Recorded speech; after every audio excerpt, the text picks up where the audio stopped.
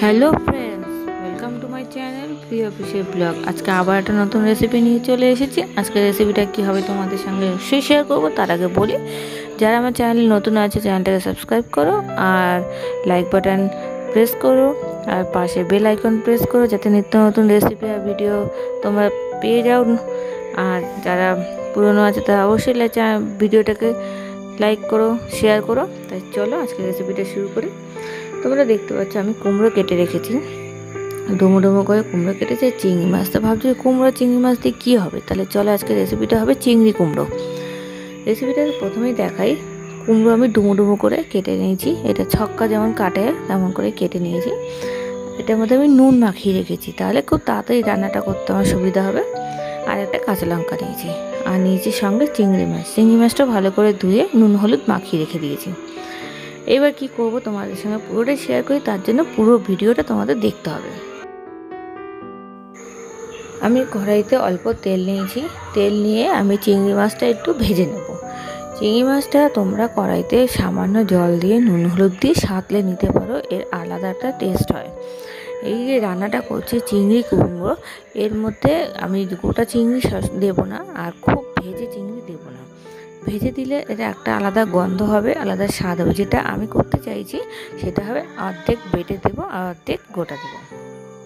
চিংড়ি মাছটা আমি খুব অল্প ভাজবো, যাতে লাল লাল করে ভাজবো না, যাতে অন্য গন্ধ আমি চাইছি সেটা হবে না। আমি আধা কাঁচা থাকবে, আধা ভাজা হবে। এবার কড়াইতে যে তেলটা আছে সেই তেলটার মধ্যে আমি অল্প করে রাঁধুনি ফোড়ন দিলাম। এইখানে কালো জিরে ফোড়ন দিলে সেই স্বাদটা আসবে না, এর মধ্যে রাঁধুনি ফোড়ন দিলে একটা আলাদা গন্ধ হবে, আলাদা স্বাদ আসবে। এবার যে কুমড়োটা আমি নুন মাখিয়ে রেখেছিলাম সেটা আমি দিয়ে দিলাম, আর যে কাঁচা লঙ্কাটা একটা নিয়েছি সেটা দিয়ে দিলাম। ঝালটা নিজেদের স্বাদ অনুসারে দেবেন। আর সামান্য হলুদ দিয়ে এটা আমি একটু মিক্সড করে নেবো কুমড়োর সাথে। করে নিয়ে এটা কিছুক্ষণের জন্য ঢাকা দিয়ে রেখে দেবো, সিদ্ধ হতে দেবো কুমড়োটাকে। এবার ঢাকা দিয়ে কিছুক্ষণ রেখে গ্যাসটা সিম করে দেবো। খুব যদি আঁচ বেশি থাকে তাহলে তাড়াতাড়ি হয়ে গিয়ে কড়াইতে লেগে যাবে, সেটা ভালো লাগবে না খেতে। এরপর আমি যে চিংড়ি মাছটা নিয়েছি ওটা অর্ধেকটা আমি বেটে নেব শিলনোড়াতে। মিক্সিতে যদি করি তাহলে বহু মিহি হয়ে যাবে, ভালো লাগবে না। আর অর্ধেকটা গোটা রাখবো, যারা চিংড়ি মাছ খেতে ভালোবাসেন তাদের জন্য গোটাটা খুব ভালো লাগবে। এটা বাটবো এইভাবেই, যাতে অর্ধেক এক ডলা দেবো, একটু মাখা হবে একটু গোটা থাকবে। দেখো আমি চিংড়ি মাছ বেটেছি, পুরো মিহি করিনি। এবার অর্ধেকটা চিংড়ি বাটা আছে, অর্ধেকটা গোটা আছে। এবার একটু খুলে দেখে নেব যে কুমড়োটা হয়েছে কিনা। দেখো কুমড়োটা মোটামুটি হয়েছে, আর একটু হওয়ার জন্য আমি রেখে দেবো। কুমড়োটা একটু মাখা না হলে খেতে ভালো লাগবে না, রান্না যে করছি এটা তাকিয়ে থাকবে, খুব একটা ভালো লাগবে না। আর কিছুক্ষণ 5 মিনিটের জন্য ঢাকা দিয়ে রাখছি। দেখো 5 মিনিট পর তুলে দিয়েছি, মোটামুটি কুমড়ো আমার রেডি। এরপর যদি আমি একটু ঢাকা দিয়ে রাখতাম তাহলে কুমড়ো গলে যেত, সেটা খেতে ভালো লাগতো না। এরপর যে চিংড়ি মাছটা আমি বেটে রেখেছিলাম আর গোটা, সেই দুটো চিংড়ি মাছই আমি দিয়ে দেবো। বাটা গোটা দুটোই দিয়ে দেবো। বাটাটা দিচ্ছি কেননা কুমড়ো যে মাখা হয়েছে তার সাথে পুরো মিশে যাবে, আর গোটা দিয়েছি, গোটাটা মুখে পড়লে ভালো লাগবে। এবার অল্প খুব সামান্য অল্প নুন দিলাম, আর চিনিও দিয়ে দিলাম। নুনটা আমি এই কারণে অল্প দিচ্ছি, আগে নুন কুমড়োতে মাখানো ছিল, আমি পরে মুখে দিয়ে দেখে নেব যে নুনটা ঠিক আছে কিনা। আর অল্প করে চিনি দিলাম। চিনির মিষ্টিটা নিজেদের স্বাদ অনুসারে দেবেন, কেননা কুমড়ো অলরেডি মিষ্টি আছে, সেই জন্য অল্প চিনি দিলাম। এবার খুব ভালো করে এটাকে কুমড়োর সাথে মাখিয়ে নিলাম চিংড়ি মাছটাকে। এবার কিছুক্ষণ ধরে ঢাকা দিয়ে রেখে দেবো। ঢাকা তুলে দেখে নিচ্ছি, যেহেতু কুমড়ো আমার হয়ে গেছে, চিংড়ি মাছও আমার রেডি আছে, তাই বেশিক্ষণ আর ঢাকা রাখলাম না। তা দেখো আমার মোটামুটি কুমড়ো চিংড়ি রেডি।